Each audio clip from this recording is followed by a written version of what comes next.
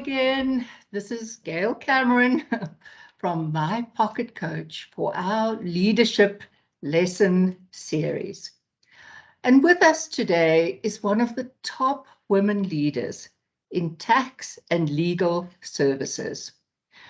Currently, the Chief Operating Officer of Tax and Legal Services at PricewaterhouseCoopers, Mbai is committed to helping her clients stay on the right side of the revenue authorities.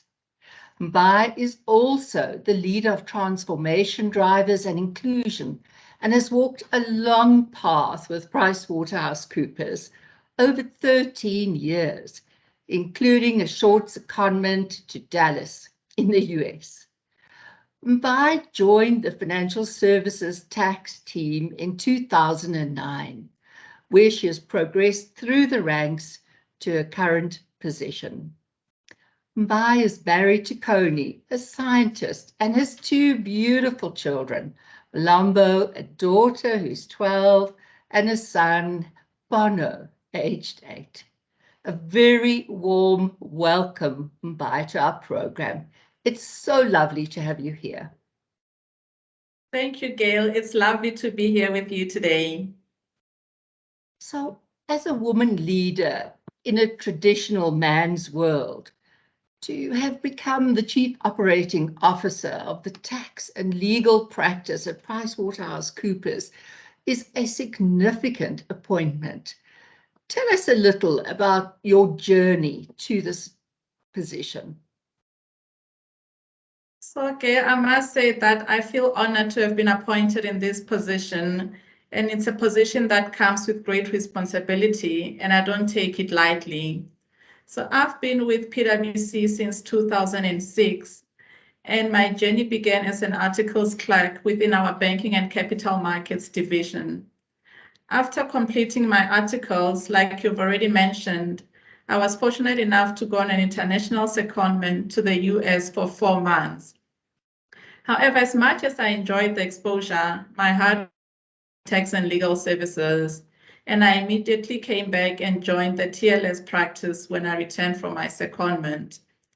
I worked my way up until I was admitted as a partner in 2018. The following year, I was appointed into the tax leadership team, as you've already mentioned, as the Transformation, Diversity and Inclusion Leader for Tax and Legal Services. In 2021, our tax leader left PwC to pursue other opportunities, and our then COO took over his position as the new tax leader. To allow him the space to focus on leading the TLS practice, I was appointed to take over his COO position, a position that came with lots of learnings, but I'm fortunate to be surrounded by and supported by partners within the TLS practice who are working towards the same goal to see our practice succeed. So that's been my journey. That is amazing. And what is going to be the focus of your leadership tenure as COO?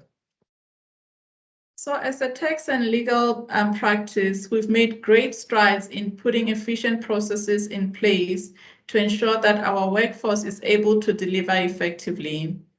My focus has been to ensure that we continue with our operational excellence by enforcing the good discipline that we currently have, and also continuously finding improved ways for our workforce to deliver. So that's what I'll continue to do to improve ways of delivering effectively. Have you encountered any surprises, especially with clients, over your appointment to such a senior position?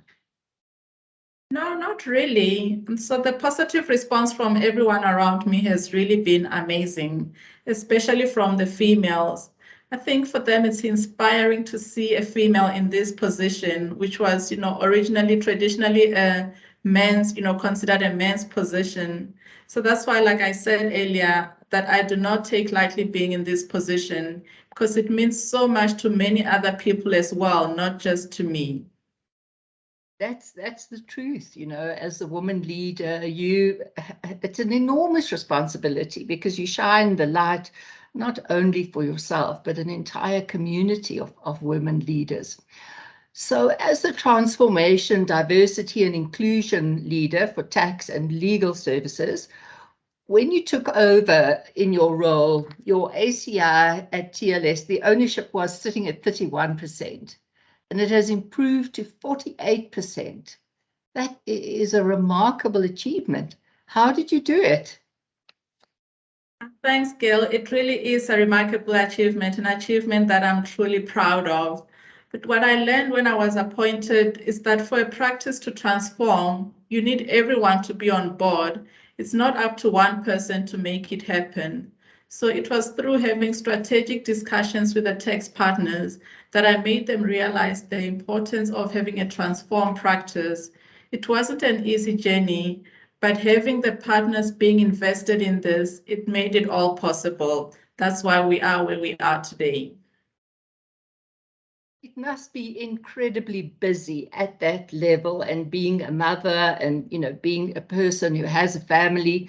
How do you cope with work-life integration? Because of course we don't call it, a balance anymore. How do you cope? So initially when lockdown started, I found myself working much later than when I was still in the office because I no longer had to worry about getting in my car and driving home. So I soon realized that it wasn't healthy and I could not continue like that. I made a conscious decision to book time in my diary so that I could have lunch in the afternoons and there wouldn't be any meetings that are booked during that time. But I also made a decision to either go for walks or for a run at sunset. That way I would have a break between work and home. It really makes a huge difference. And I encourage everyone to be intentional about taking that time off and focusing on yourself.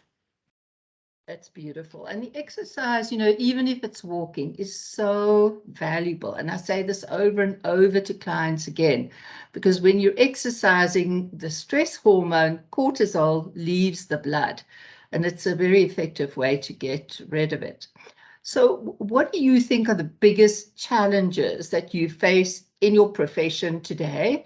And what do you think are also some of the potential solutions? I think I speak for probably many employers when I say that, post-lockdown, we have seen a lot of resignations. I think people were tired of being locked in their homes and they wanted something different. And unfortunately, changing jobs is what a lot of people seem to have opted for. I think it's important for employers to allow employees the flexibility to do their work without dictating to them when and where they should work. I think lockdown has shown us that people can still be productive even if they're not micromanaged.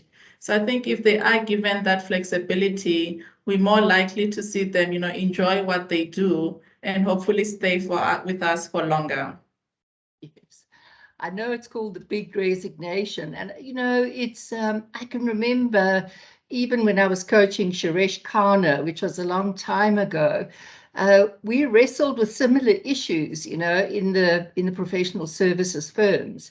And his view was that, that excellence that you've provided to that individual is going to go to another pool and create another virtuous excellence. And so it continues. So in many ways, you don't lose them. You're just creating a wider pool of excellence. But I know how it feels when you lose those critical skills and to find them and replace them, especially when, you've got a lot of projects and under time pressure. Can you, or what advice would you like to give to aspiring women, because it is Women's Month in August, about leading in a legal world? So I would say that, leadership is not about being the boss and telling people what you want them to do. As a leader, you need to be able to inspire people to do what needs to be done for the success of the practice. I think for me, it's very important that as you rise, you bring everyone up with you because your success depends on the people that you lead. So you shouldn't think that, you're now sitting on a high throne and everybody else below you doesn't matter.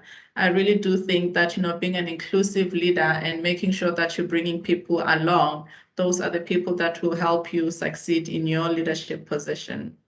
Beautiful. And could you share with us a defining moment in your life that, enabled you to grow? I would say that growth is ongoing and it's always about making the most of opportunities that you encounter. However, if I had to choose one moment, it will be the time that I visited PwC when I was still in high school. I met one of the partners. His name was Vuyo Jack, and I was very inspired to see an African who was a partner at this big global firm. From that moment onwards, my goal was to be a CA and become a partner at PwC. So I thank God and everyone else around me for the support to help me achieve this goal.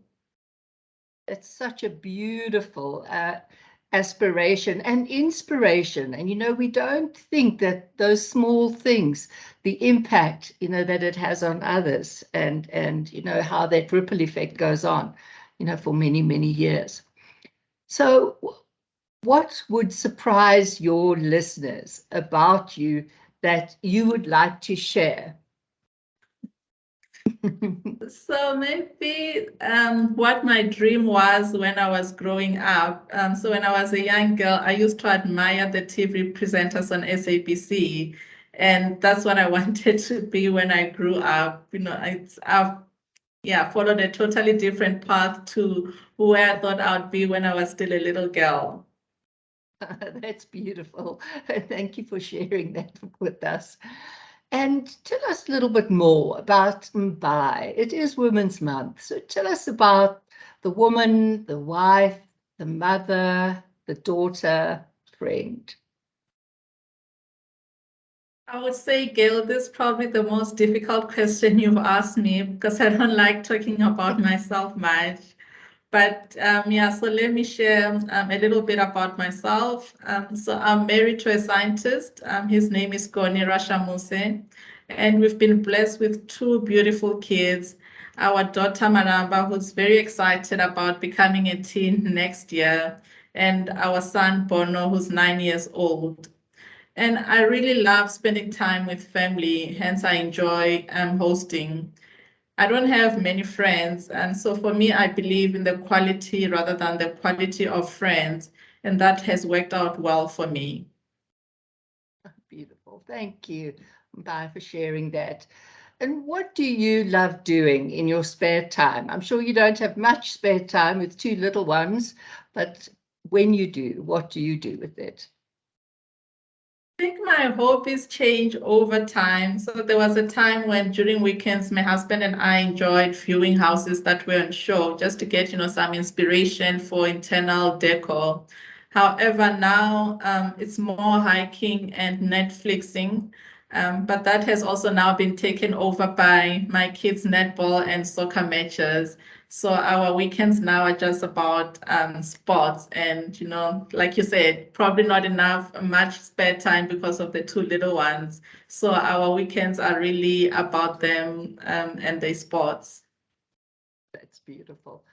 Well, thank you so much for taking the time to share with us a little of yourself. It's very, very special. And we wish you everything of the best in the future. Take care. Thank you very much, Gail. It was really lovely chatting to you.